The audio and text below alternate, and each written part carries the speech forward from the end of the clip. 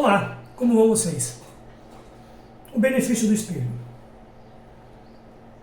O que realmente você enxerga quando se olha no espelho? Um reflexo? Uma imagem? Bom, o seu espelho pode ser tanto a sua maior prisão, quanto a sua maior ferramenta de libertação. Pense nas academias, no seu banheiro, no espelho do seu quarto, ou nos espelhos dos milhões de hotéis nos quais a gente frequenta. Nós vemos diariamente milhões de selfies e fotos no espelho, ou mesmo o nosso abrir e fechar dos olhos nos produz um selfie de nós mesmos. E muitas vezes vem uma crítica bem rápida junto aos selfies que a gente vê. Egocentrismo, individualismo, vaidade, superficialidade. Enquanto muitas pessoas veem o espelho ou o selfie como um palco para a egomania, eles não percebem que talvez isso seja um portal ou uma forma profunda e necessária de iniciar uma revolução pessoal na vida de cada um. A surpresa é que talvez, você e eu estejamos julgando o espelho dos outros de forma errada a vida toda e não notando no nosso próprio espelho. Você lembra da história do Narciso? Narciso é um jovem grego da mitologia, que acaba se apaixonando pela própria imagem refletida na água e ao tentar pegá-la ou beijá-la e chegar mais perto dela, cai e morre afogado. Essa história, a princípio, ela nos ensina sobre a ideia de vaidade e punição.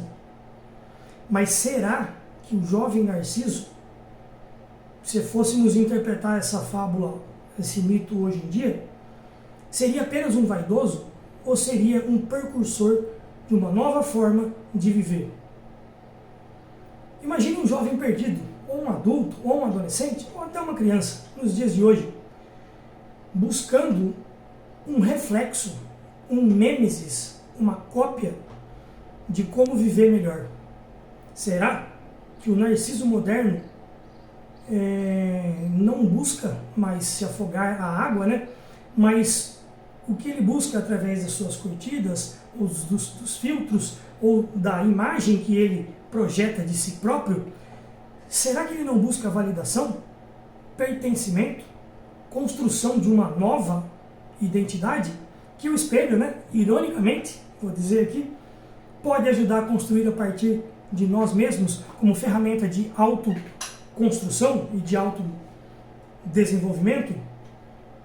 Pensa no nosso herói, o Narciso, contemporâneo, não mais o grego, em diferentes momentos do seu dia a dia. Acordando, olhando-se no espelho do banheiro, que às vezes ele reprova a própria imagem, ou ainda no retrovisor do carro, indo trabalhar naquele emprego que ele não suporta mais, ou ainda numa expressão mais pensativa ao longo do dia, seja na hora que ele vai no banheiro correndo, ou seja no espelho da academia.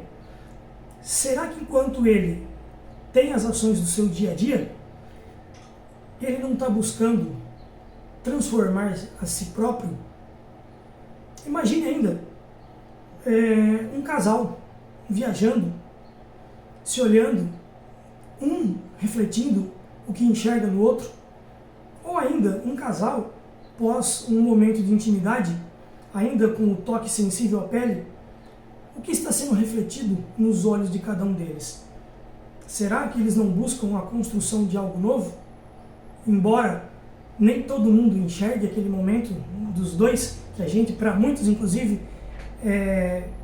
passa como algo brega, ou algo que nós não entendemos porque não vivenciamos aquele momento. Bom, o novo Narciso, penso eu, como muitos de nós, acaba vivendo uma busca por uma identidade ou por um pertencimento, um turbilhão de acontecimentos que o Narciso grego não vivia. Então, esse Narciso novo, ele sabe que precisa cuidar de si próprio e não morrer novamente afogado. Então, ele precisa estar atento à sua saúde e também à sua imagem. E ele apresenta isso em cada uma de suas selfies, talvez às vezes na academia, às vezes no dia a dia, às vezes num momento ímpar no qual ele quer compartilhar com as pessoas. E acontece que, muitas vezes, quando a gente busca isso, o narciso moderno, contemporâneo, né, ele acaba sendo julgado, ele acaba sendo motivo de preconceito das pessoas, porque ele está de frente do espelho, talvez não mais como Narciso, mas talvez como uma transmutação de Orfeu. E aí as pessoas dizem, para que isso? Essa pessoa é muito aparecida, aqui em Bariri a gente fala isso, né? Amostrada, ele gosta de se proclamar o tempo todo.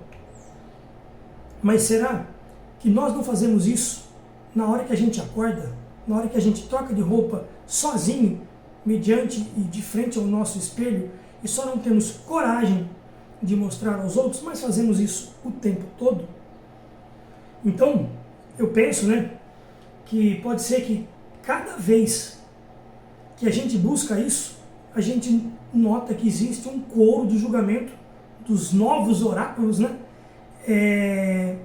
que preferem a nossa morte em frente ao espelho, preferem que a gente se afogue novamente como um Narciso grego. Eles não querem a transformação do Narciso órfico, do Narciso que busca não mais morrer afogando-se no seu reflexo, né? E aí eles dizem que esse Narciso contemporâneo ainda é o Narciso grego, obcecado pela imagem, obcecado pela sua egomania, né? Essas pessoas que nos julgam o tempo todo seriam hipócritas ou seriam canalhas ainda de si próprio, né? Que por eles próprios desejarem a transformação, mas não conseguirem ou não terem coragem, nos relegam ao papel comum, ao Narciso grego, mas não conseguem fazer isso no seu espelho particular, ou não têm coragem para isso, né? Canalhas ou hipócritas, eu nunca sei. Mas dessa forma eu quero mostrar para vocês que está posto o paradoxo do espelho, né? O espelho é uma democracia ou uma escravidão? Você escolhe o papel do seu espelho e do espelho dos outros.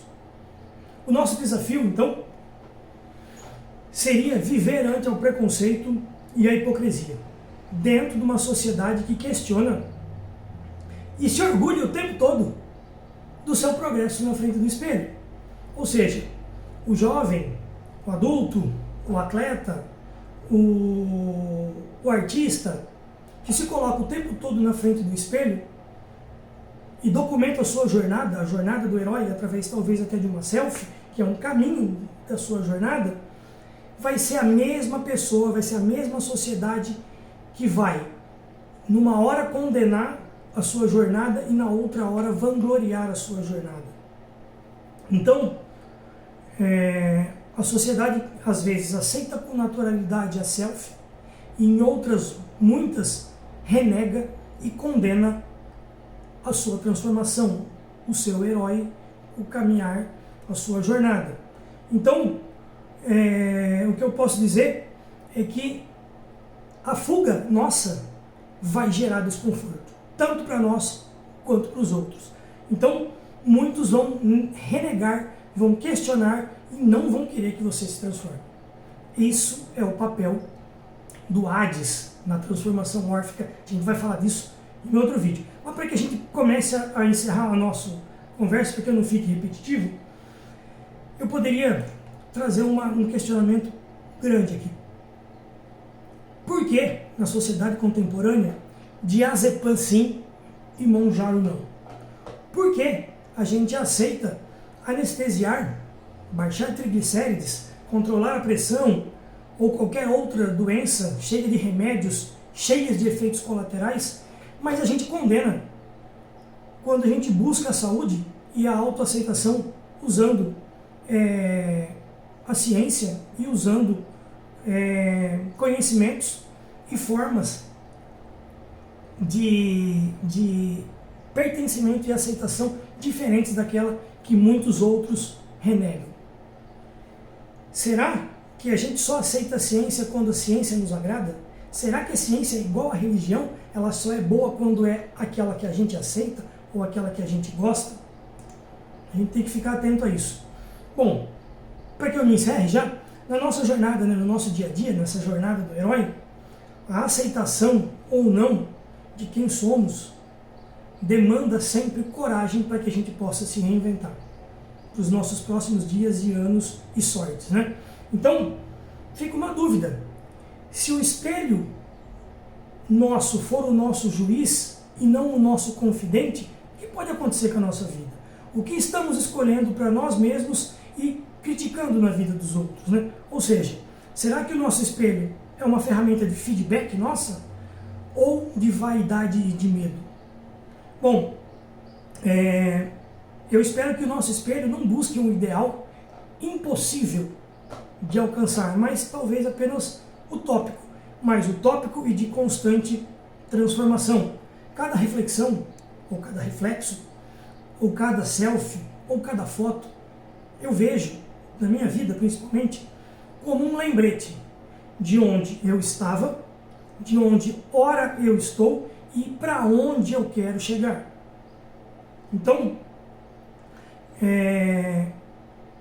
o espelho me lembra a cada momento e me apresenta uma observação de um corpo que se transforma, de uma postura que se alinha e de um olhar que ganha brilho e projeção. Sim, a conquista acaba às vezes sendo uma silhueta que a gente busca, que a gente idealiza, mas idealiza como um ideal perceptível. E a saúde acaba vindo como um telos aristotélico, a gente nem percebe, mas a gente vive por isso. Para encerrar, isso fica então apenas como um lembrete meu de que o espelho deve ser um aliado seu, não um inimigo. Um lembrete diário de uma construção de uma nova identidade, de autodesenvolvimento e saúde como um ato contínuo, corajoso e profundamente pessoal. E cada um o vive de modo subjetivo, ou seja, eu vivo de uma forma, vocês de outra, e está certo para todo mundo. E tudo isso acaba passando necessariamente por uma ideia de autoimagem e assim autopreservação. Para a gente encerrar, de verdade agora, e o que o seu espelho lhe diz? Como você trata o seu espelho? Ele reflete o que você mostra e o que você pensa? Ou ele não te passa imagem ou mensagem nenhuma? O seu espelho é uma ferramenta de poder ou uma maldição? Então, meu querido Orfeu, ou ainda Narciso grego, o seu espelho é objeto de fuga e morte ou de transformação órfica? Bom, eu te vejo na próxima transmutação de Orfeu, para que a gente analise se os nossos selfies, se os nossos reflexos ou se os nossos vídeos demandam uma coisa ou outra, morte ou transformação. E sabe lá qual virá primeiro? Um selfie, um reflexo ou um novo vídeo. Bom dia, boa tarde, boa noite a todos.